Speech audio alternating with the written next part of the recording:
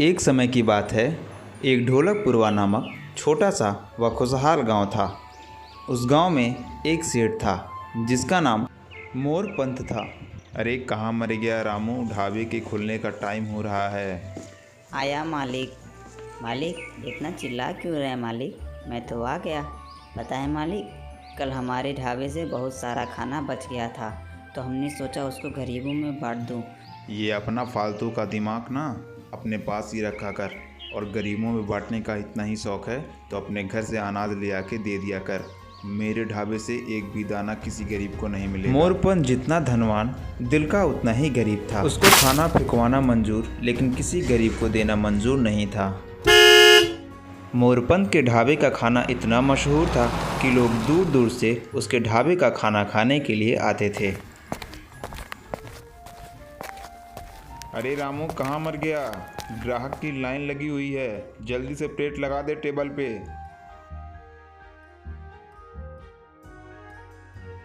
अरे रामू भाई, जल्दी से खाना लगा दो, बहुत जोरों की भूख लगी है, खा के तुरंत ऑफिस निकलना है। मोरपंथ के ढाबे का खाना इतना मशहूर हो गया था कि लोग उसके खाने के साथ साथ अपने उंगलियों को भी खा डालते थे। मोरपंथ की कमाई दिन दुगनी तो रात चौगुनी होती चली जा रही थी, और उसका घमंड भी उसके साथ साथ बढ़ता चला जा रहा था। अरे श्यामू, जल्दी से गर्मा गर्म खाना लगा दे, स्टेशन जाने के लिए लेट हो रहा हूँ। अरे हाँ हाँ सर, बस खाना ला रहा हूँ। आपका गर्मा गर्म खाना एकदम बन के रेडी है।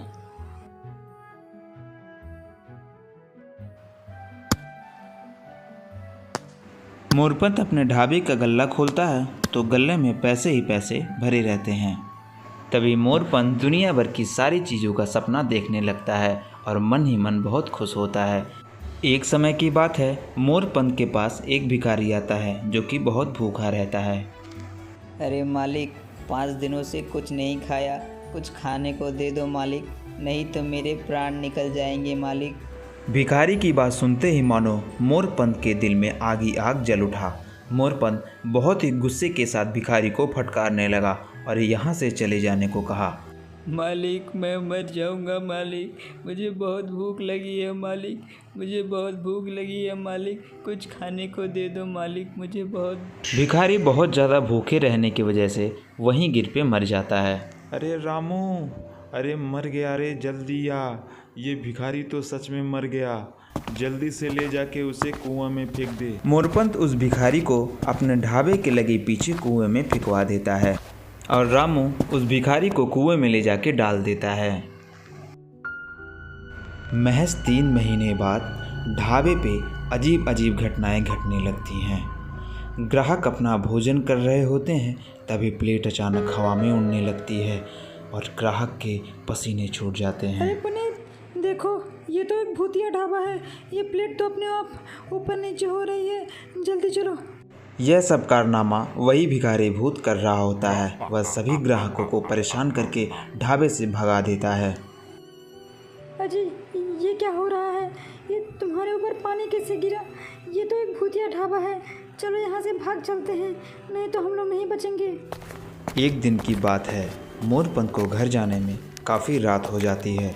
मोरपंथ घर जा रहा होता है, तभी उसे ऐसा लगता है कि उसके पीछे कोई खड़ा है। मोरपंथ पीछे मुड़ के देखता है, लेकिन कोई नहीं दिखता। मुझे ऐसा क्यों लग रहा है कि मेरे पीछे कोई आ रहा हो, शायद ही मेरा भ्रम होगा। लेकिन मोरपंथ के पसीने छूट जाते हैं। मोरपंथ अपने चारों ओर देखता है, लेकिन उसे कोई नहीं दिखता। तभी मोरपंथ जल्दी जल्दी अपने घर की तरफ जाने लगता है। मोरपंथ कुछ ही देर में अपने घर पे पहुंचता है और अपने पत्नी से एक गिलास पानी लाने को बोलता है। अरे सीमा, सुनो ना, एक गिलास पानी लाओ, आज पता नहीं क्यों मेरा सर बहुत दुख रहा है और कुछ अच्छा नहीं लग रहा। हाँ हाँ, आप बहुत थक गए हैं, आप थोड़ी देर रुकिए, मैं आपके लिए पानी लेके आती हूँ। सीमा जैसे ही पानी लेके आती है, उसके हाथ से मग इधर उधर नाचने लगता है। तभी भिखारी भूत सीमा को जोरदार लात मारता है और सीमा। मेरे मोरपंथ जी, मुझे नहीं पता, मुझे ऐसा लगा कि मुझे पीछे से किसी ने धक्का दिया, मैं आपके ऊपर आके कैसे गिर गई, मुझे कुछ पता। अरे सीमा, इसमें तुम्हारी कोई गलती नहीं है, मैं समझ सकता हूँ, मेरे साथ पिछले कुछ दिनों से बहुत बुरा हो रहा है। अगले दिन मोरपंथ अपने ढाबे पर पहुँचता है, लेकिन मोरपंख क्या देखता है, रामू उल्टा लटका रहता है और उसके पेट में खंजर घुपा हुआ रहता है। रामू की ऐसी हालत देख के मोरपंख के पसीने छूट जाते हैं और मोरपंख दौड़ा दौड़ा वहाँ से सीधा साधु के पास जाता है। भूतिया भिखारी ने रामू को रात में ही मार दिया। मोरपंख अब समझ गया था कि उसे अब अपनी गलती का पछतावा करना है। वह भागे भागे एक पंडित जी के पास जाता है और अपनी सारी दुखड़ा पंडित जी को बताता है। हे प्रभु, हमारी सहायता कीजिए प्रभु, हम बहुत ही संकट में हैं। हमसे जाने अनजाने में एक पाप हुआ था, लेकिन मुझे नहीं पता था कि उस पाप का सज़ा मुझे। मोरपंख अपने किए की पंडित जी के सामने गाथा गाने लगता है और फूट फूट के रोता है। मोरपंख अब समझ चुका था कि उसने बहुत ही गलत काम किया और उसे उस चीज़ का बहुत पछतावा था। हे महाराज, आप इसका कोई उपाय निकालिए। आप हमसे जो बोलेंगे हम वो करेंगे। बस मुझे इस भूत से छुटकारा दिला दीजिए, नहीं तो यह मेरे। हे पापी, तूने बहुत ही गलत काम किया है। तू माफ़ी के लायक बिल्कुल नहीं है, लेकिन मैं अपने धर्मानुसार तुझे उस भूत से मुक्ति दिलाऊंगा। उस भूत से मुक्ति दिलाने का बस एक ही उपाय है। तुझे अपने ढाबे को जलाना होगा और उस भूत के अस्थि को उसमें विसर्जित करना होगा, और तुझे दर दर की ठोकरें खा के मंदिर पे 1 साल तक भीख मांगना होगा। अगर तू ऐसा कर सकी तो कर। हे प्रभु, मैं अपने ढाबे को जलाऊंगा और उसके अस्थि को उसमें विसर्जित करूंगा। मैं कल ही अपने ढाबे को जलाता हूँ। गलत काम का हमेशा गलत नतीजा होता है। हमेशा भूखे और असहाय लोगों की मदद करनी चाहिए। देखो सीमा, यह मैंने अपने मेहनत से खड़ा किया था, लेकिन आज मेरे स्वार्थीपन ने मेरे हाथ से इसको भी छीन लिया। अब मैं किसी लायक नहीं रह गया। अब मैं क्या करूं सीमा, अब मैं क्या करूं।